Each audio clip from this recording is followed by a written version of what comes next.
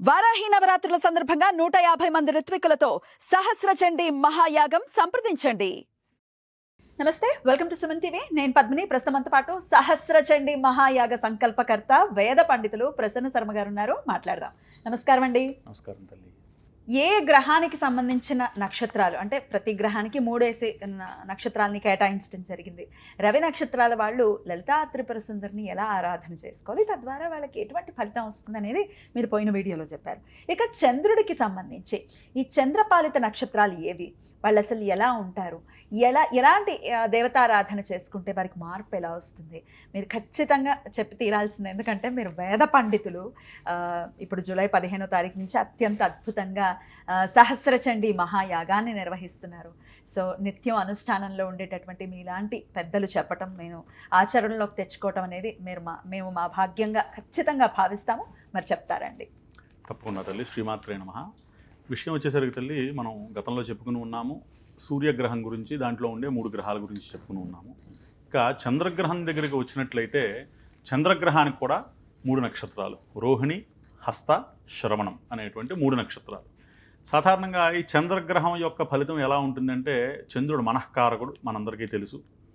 అలాగే చంద్రుడు యోగ్యకరంగా ఉన్నట్లయితే ఈ యొక్క గ్రహాల యొక్క చాలా విశేషమైనటువంటి మనోధైర్యంతో ఎటువంటి నిర్ణయాలైనా చాలా అద్భుతమైన నిర్ణయాలు తీసుకుని, అలాగే చంద్రుడు బాగా అనుగ్రహించి ఉంటే సాధారణంగా ఈ నక్షత్రాల వారు చాలా సౌందర్య రూపంగా, అది ఆడ కానీ మగ కానీ ఎవరైనప్పటికీ చంద్ర నక్షత్రం వారు చాలా సౌందర్యంగా ఉండేటువంటి సహజ సిద్ధమైనటువంటి అందం కలిగినటువంటి వారు ఈ యొక్క 3 నక్షత్రాల వారు.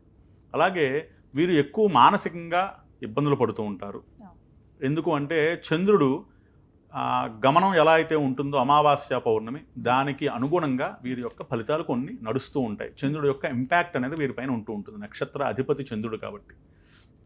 అలాగే వీరు చంద్రగ్రహం మామూలుగా సాధారణంగా దేనికి అధిపతి అంటే ఆహారము, పాలు, నీళ్లు, ఇటువంటి వాటిలన్నింటికి కూడా చంద్రుడు గ్రహాల్లోకి అధిపతి.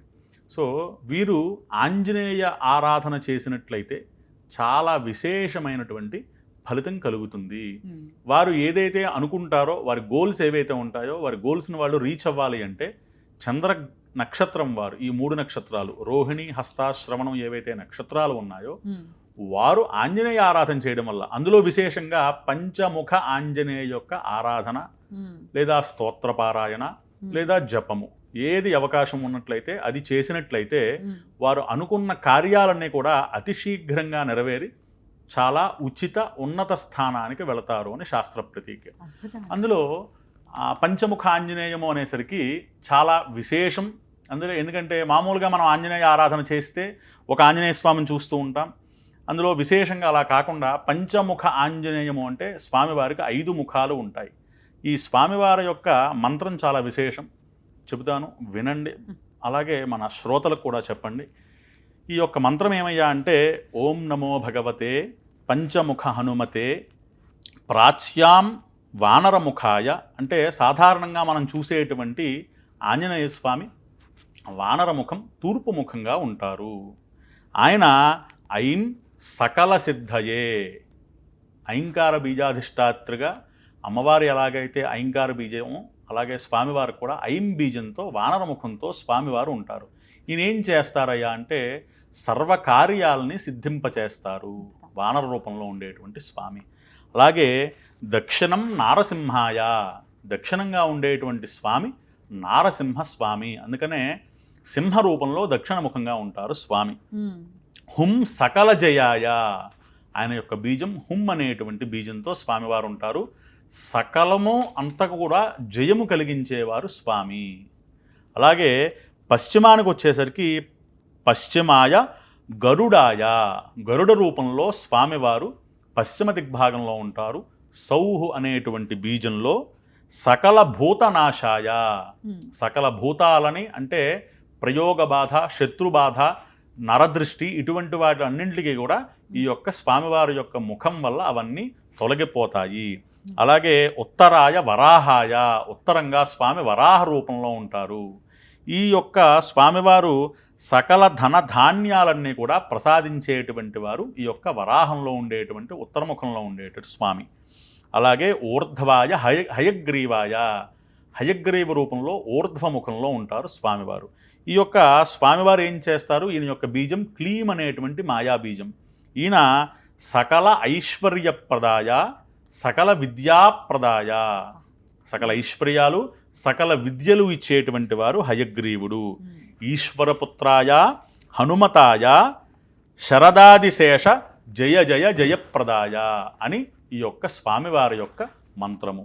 ఈ యొక్క స్వామివారిని ఎప్పుడు మనం ప్రతిరోజు కూడా ఆరాధన చేసినట్లయితే ఈ శ్లోకాన్ని పఠించి 11 సార్లు కానీ లేదా వాళ్ళ శక్తి సమయానుభావాన్ని బట్టి శక్త్యానుసారంగా కానీ దీన్ని రోజు జపం చేసినట్లయితే పంచముఖ ఆంజనేయ స్వామి వారి యొక్క అనుగ్రహంతో ఈ చంద్రగ్రహాల వాళ్ళు అలాగే ఈ చంద్ర నక్షత్రాల వాళ్ళు చాలా విశేషంగా ఫలితాన్ని పొంది ఆ యొక్క ఆంజనేయ స్వామి వారి యొక్క అనుగ్రహానికి పాత్రులవుతారు. చంద్రుడు పాపి అయిపోయాడండి లేకపోతే పాపకత్తిలో ఉన్నాడండి అని వింటూ ఉంటాం. మీ జాతకంలో చంద్రుడేనండి మీకు ఇబ్బంది పెట్టేది అంటే ఎందుకు ఇబ్బంది అంటే అమ్మ కొన్ని గ్రహాల యొక్క కలయికల వల్ల. అలాగే ఉండేటువంటి జాతకంలో 12 స్థానాల్లో అన్నీ చంద్రుడికి అనుకూలించేవి కాదు. కొన్ని శత్రుక్షేత్రాలు ఉన్నాయి, కొన్ని సమస్థానాలు ఉన్నాయి. ఆయన యొక్క కర్కాటకం ఆయన యొక్క స్వక్షేత్రం. సో అలా కాకుండా అష్టమంలో ఉండే చంద్రుడు కానీ వ్యయంలో ఉండే చంద్రుడు కానీ వీటి వల్ల చంద్రుడు కొన్నిసార్లు జాతక రీత్యా ఇబ్బందులు పెడుతూ ఉంటారు. అప్పుడు కూడా ఈ శ్లోకం చాలా విశేషంగా పనిచేస్తుంది తల్లి. ఇదేంటంటే మనందరూ అనుకుంటూ ఉంటాం అదేంటి చంద్రుడికి ఆంజనేయ స్వామి ఎలాగా ఏంటి అని. కానీ ఆంజనేయం చాలా విశేషంగా, ఎందుకంటే పూర్వం నుంచి మన పెద్దలు ఋషుల దగ్గర నుంచి కూడా ఈ యొక్క చంద్రుడి యొక్క ఆరాధన లేదంటే ఆంజనేయుడి యొక్క ఆరాధన చేస్తే ఇప్పుడు మీరు అడిగినటువంటి చంద్రుడు పాపి అయినప్పుడు కానీ శత్రుక్షేత్రాల్లో ఉన్నప్పుడు కానీ వ్యయంలో ఉన్నప్పుడు కానీ అష్టమంలో ఉన్నప్పుడు కానీ అటువంటి గ్రహ బాధల్ని చంద్రగ్రహం యొక్క బాధని తొలగిస్తాడు హనుమంతుడు అనేది శాస్త్ర ప్రతీక. అద్భుతం. ఒక్కసారి వరుసగా చదివి వినిపించేస్తారా? ఒక్కసారి నేను చెప్తాను తల్లి, అందరూ కూడా వినేటువంటి ప్రయత్నం చేయండి.